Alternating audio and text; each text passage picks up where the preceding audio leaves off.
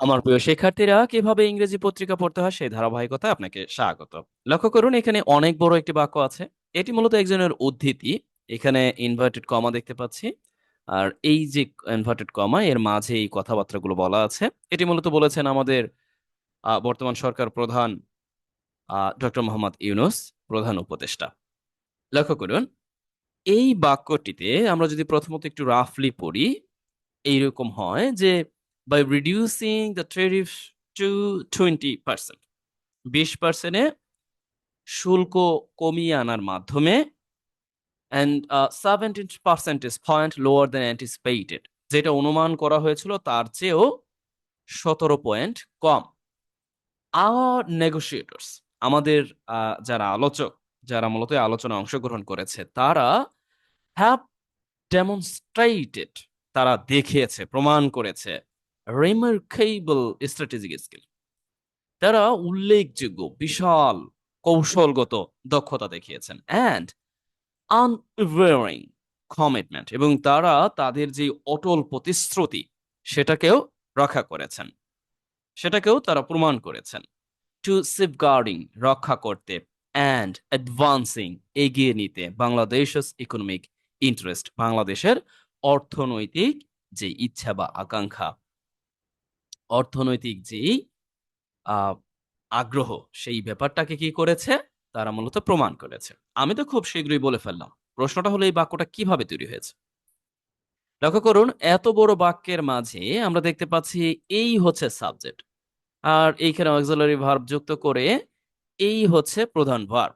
আর এই বাক্যের অবজেক্ট যদি বলেন তাহলে remarkable strategic skill and unwavering commitment, এই হচ্ছে অবজেক্ট। তবে অবজেক্টের সাথে আরো কিছু যুক্ত করে দেওয়া হচ্ছে, প্রিপোজিশন। দ্যাট মিনস এই অবজেক্টের কাজটা কি? টু সেফগার্ডিং, রক্ষা করা, অ্যান্ড অ্যাডভান্সিং বাংলাদেশের ইকোনমিক ইন্টারেস্ট, বাংলাদেশের যে অর্থনৈতিক যে ইন্টারেস্ট আছে, যে লাভ আছে, সেই লাভকে রক্ষা করতে এবং এগিয়ে নিতে। লক্ষ্য করুন, এইখানে সেফ গার্ডিং ব্যবহার হয়েছে এবং অ্যাডভান্সিং ব্যবহার হয়েছে। এটা নিয়ে আপনার প্রশ্ন থাকবে। এরপরে এখানে এই যে যে ফ্রেজটা তৈরি হয়েছে, আমরা দেখতে পাচ্ছি বাই যুক্ত করে, জেরান্ড যুক্ত করে এখানে একটি ফ্রেজ তৈরি করা হয়েছে। এটা নিয়ে আপনার কথা হতে পারে। বা এরপরে এই যে যে অংশটা এখানে লেখা হলো, এইটাই বা কিভাবে আসলো, এটা নিয়ে আপনার কথা থাকতে পারে।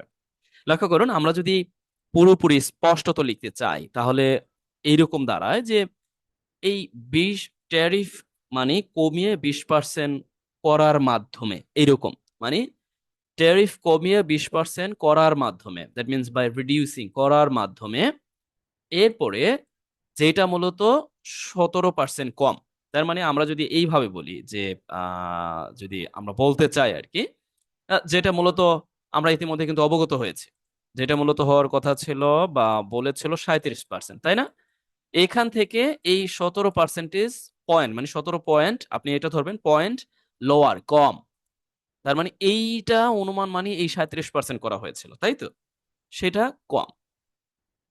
এরপরে বলা হয়েছে এই যে যে মানে 20% কমিয়ে আনার মাধ্যমে, যেটা এই 37% থেকে 17% কম, যে এর মাধ্যমে আমাদের যে নেগোসিয়েটর যারা আছে, এরা মূলত কি করেছে?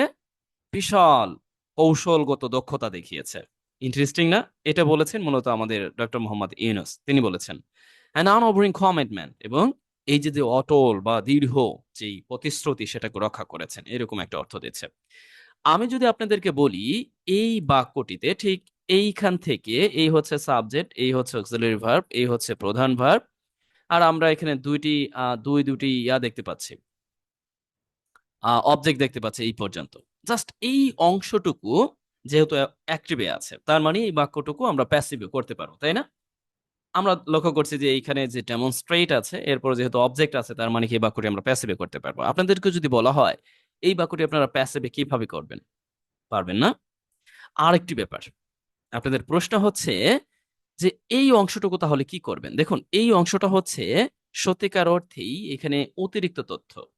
তার মানে এই যে যে কমিটমেন্ট, আনওভারিং কমিটমেন্ট, আর এই যে যে রিমার্কেবল স্ট্র্যাটেজিক স্কিল, এই সম্পর্কে আরো তথ্য দেওয়া হয়েছে infinitive, sorry to say infinitive না, জেরন যুক্ত করে, যাকে আমরা ডাইরেক্ট জেরন বলে থাকি। মূলত এই যে কমিটমেন্ট বা এই জাতীয় কিছু শব্দ, কমিটমেন্ট আছে, আমরা জানি ট্রেন টু আছে, আর বেশ কিছু আছে, প্রমিসড আছে। এই জাতীয় যখন নাউন অথবা অ্যাডজেক্টিভ ব্যবহার হয়, এরপরে টু বাধ্যতামূলক ব্যবহার হয়, এবং এরপরে যে ভার্বটি ব্যবহার হয় তা সব সময় আইএনজি যুক্ত ফর্ম ব্যবহার হয়।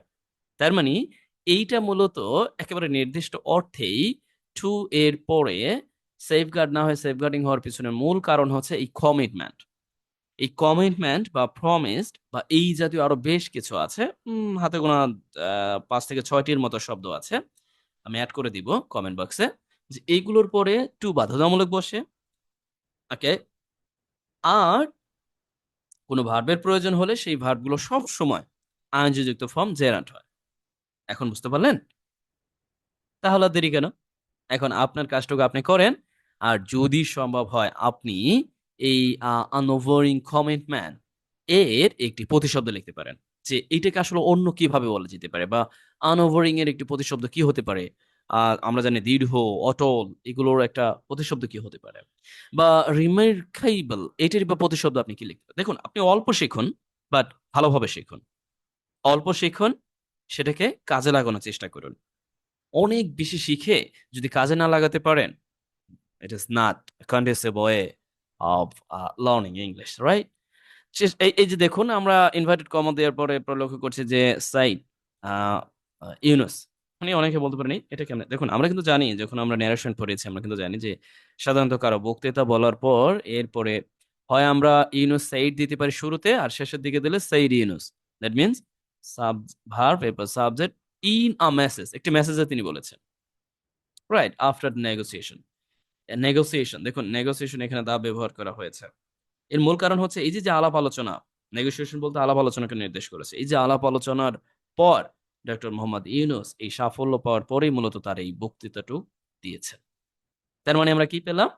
আমরা পেলাম যে 20% কমানোর মাধ্যমে, যেটা 37% হওয়ার কথা ছিল, সেখান থেকে 17 পয়েন্ট কমিয়ে আমাদের যে নেগোসিয়েটর যারা আছে এরা মূলত তাদের যে কৌশলগত দক্ষতা, একই সাথে অটল যেই প্রতিশ্রুতি, আমাদের বাংলাদেশের অর্থনৈতিক যেই লাভ, ইন্টারেস্ট, সেটাকে রক্ষা করা এবং এগিয়ে নিয়ে যাওয়া প্রমাণ করেছে। I think so have cut. ওকে। এরপর যে আমি আপনি আপনাদের জন্য রাখা কাজ আপনারা করে দিবেন। এরপর আমরা যদি আরো এই দিকে দেখার চেষ্টা করি, এখানে আরো আছে, বেশ কিছু আছে। Here we see and they have been working, মানে তারা কাজ করে যাচ্ছে relentlessly, নিরবিচ্ছিন্ন ভাবে। এটাকে একটু নোট করতে পারেন। relentlessly মানে নিরবিচ্ছিন্ন ভাবে তারা কাজ করে যাচ্ছে, সিন্স থেকে। আমরা যখন প্রেজেন্ট পারফেক্ট কন্টিনিউয়াস লিখি, তারপরে আমরা সাধারণত ভার্ব প্রিপজিশন হিসেবে সিন্স বা ফর ব্যবহার করি। এন্ড ফেব্রুয়ারি, তারপরে ফেব্রুয়ারি থেকে কাজ করে যাচ্ছে, এন্ড হ্যাভ সাকসেসফুলি নেভিগেটেড, এবং তারা মানে এই আলোচনায় মানে একেবারে সাফল্যের সাথে তারা মূলত এটা করতে পেরেছে। কমপ্লেক্স নেগোশিয়েটিং, মানে তারা এই যে যে জটিল যে আলাপ আলোচনা আছে, আলাপ আলোচনার যে প্রসেসটা আছে, এই প্রসেসটারে তারা নেভিগেটেড করতে পেরেছে। ওকে। তারা এটাকে মূলত দারুণভাবে শেষ করতে সমর্থ হয়েছে, right. Then we see involving tariff, মানে এই যে যে কমপ্লেক্স নেগোশিয়েটিং যে প্রসেসটা, যেটা মূলত এই টেরিফের সাথে জড়িত। এখন এই অনেকে বলতে পারেন তাহলে ইনভলভিংটা কি। ইনভলভিং এখানে মূলত প্রেজেন্ট পার্টিসিপল আকারে আছে, যে ট্যারিফের সাথে জড়িত এই যে কমপ্লেক্স নেগোশিয়েটিং আলাপ আলোচনার যে জটিল যে প্রসেসটা, এইটা মূলত তারা একেবারে সফলতার সাথে ই করতে পেরেছে, একেবারে যুক্তি খণ্ডন করে উপস্থাপন করতে পেরেছে, যেই বিষয়ে তারা এই ফেব্রুয়ারি থেকেই মূলত কাজ করে আসতেছে। নন tariff and national security matter, একই সাথে ট্যারিফ, নন ট্যারিফ এবং সিকিউরিটি, ন্যাশনাল জাতীয় যে সিকিউরিটি ম্যাটার আছে, এই ম্যাটারের সাথে সম্পৃক্ত যে বিষয়গুলো আছে, রাইট। ওকে, এখানে আরো আছে, আমরা আপাতত এতটুকু রাখি। ইতিমধ্যে আমি আপনাকে কাজ দিয়েছি, আর যেটা আপনি করতে পারেন তা হলো এইখানে থাকা এই অংশটুকু আপনি প্যাসিভে লিখে দিতে পারেন।